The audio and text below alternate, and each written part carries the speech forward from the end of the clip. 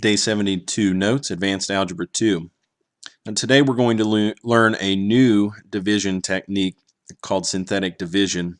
And synthetic division is a useful way to check for divisors and factors of polynomials. It generally goes much quicker than long division for simple binomial division.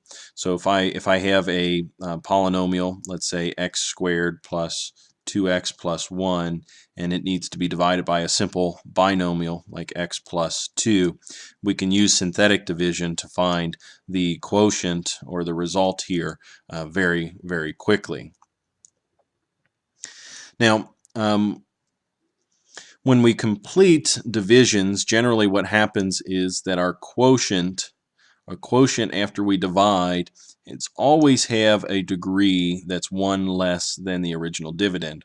So if we start it with x to the 4th power and we divided that by x minus 2, then our result is going to be x to the 3rd power with some results following it. These exponents always reduce by 1 when we are dividing by a simple binomial. And taking advantage of that and recognizing that a polynomial can be divided by a binomial with a coefficient that's equal to 1, the coefficient of the variable is equal to 1, we've then created this method called synthetic division. And in order to use synthetic division, we need to place the coefficients of each term into an L chart and proceed. So let's first take a look at this problem and use long division, and then I'll show you the technique to use synthetic division. I'm sure my description here doesn't make a whole lot of sense right now, but after we practice this once or twice, you'll see its benefit. So I've taken the time to set up our division algorithm, and I'm going to make a guess. R times something has to equal r cubed. Well, that number would have to be r squared. So r squared times r is r cubed. R squared times 7 is 7r squared. When we subtract these two, those first terms will cancel. Negative r minus 7r is negative 8r squared. And we'll bring down these two remaining pieces. Negative 50r plus 42. Now this r times something has to equal negative 8r squared, and that's going to be negative 8r. Negative 8r times r is negative 8r squared. Negative 8r times 7 is negative 56r.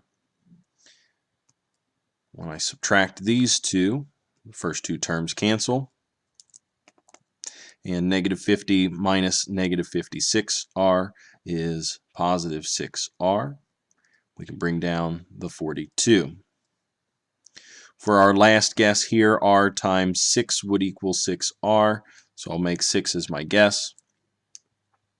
6 times r is 6r. 6 times 7 is 42. When we subtract these two, we see that there is no remainder. So we could say that r plus 7 is a factor of this original dividend, r cubed minus r squared minus 50r plus 42. And when divided, we have a result of r squared minus 8r plus 6. We've practiced this technique quite a lot now in the past week or so, so hopefully you're very comfortable with it. But we need to show you at least one more method to divide these that can go awfully quick if you get used to using it. And it will allow us to check for factors essentially the same way that we've done here in a much more efficient manner. Now to do this, we'll begin with an L chart, as I call it. So I'm going to draw just a letter L here.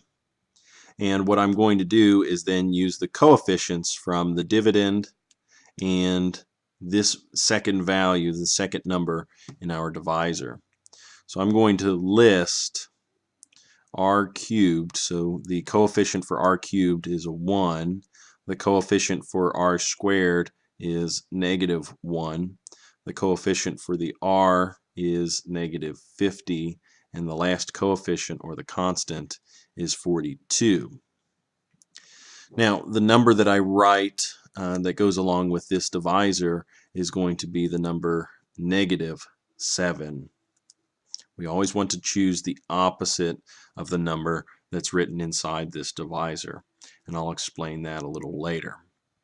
In order to proceed with synthetic division, the first thing that we do is bring down this first number to the bottom and the outside of this L chart.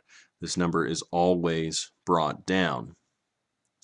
Next, what we do is we start to multiply this number, part of our divisor, times the remaining value that was brought down. So this -7 times 1 is -7. And we place that result here in our calculations. From here, we need to add the two columns together. That makes -8. And then we'll repeat the process. -7 times -8 was 56. And we add this column to make 6. -7 times 6 is -42. And we add this column, 42 and -42 will equal 0. Now you'll notice that I added this last bar here.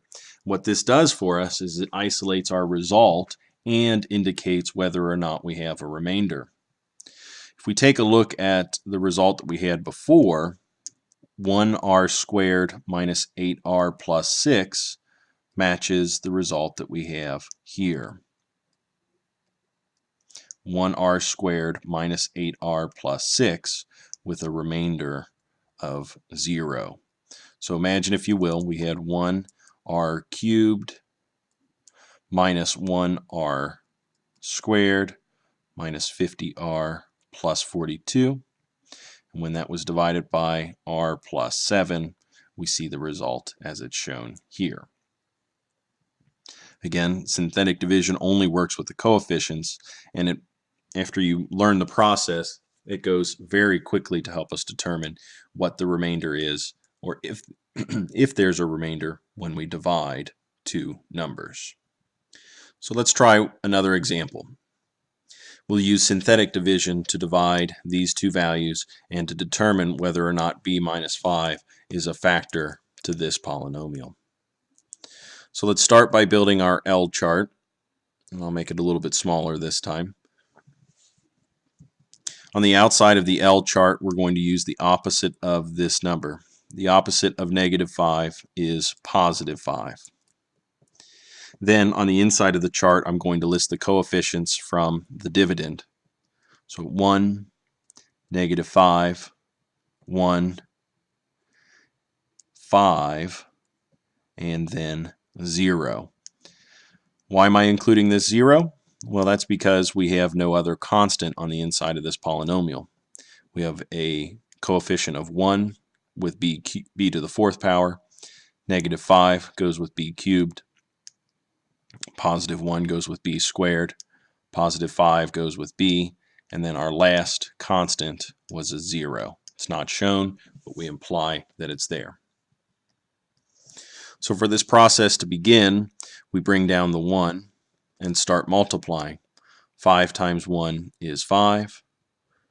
This result is 0 when added together. 5 times 0 is 0. Add 1 and 0 to make 1. 5 times 1 is 5. 5 plus 5 is 10. 5 times 10 is 50. 0 plus 50 is 50. The end result of this division would therefore have to be b cubed plus 0b squared plus b plus 10 with a remainder 50 over b minus 5. There's my end result, and we can now answer, was b minus 5 a factor of the original polynomial? And the answer is no.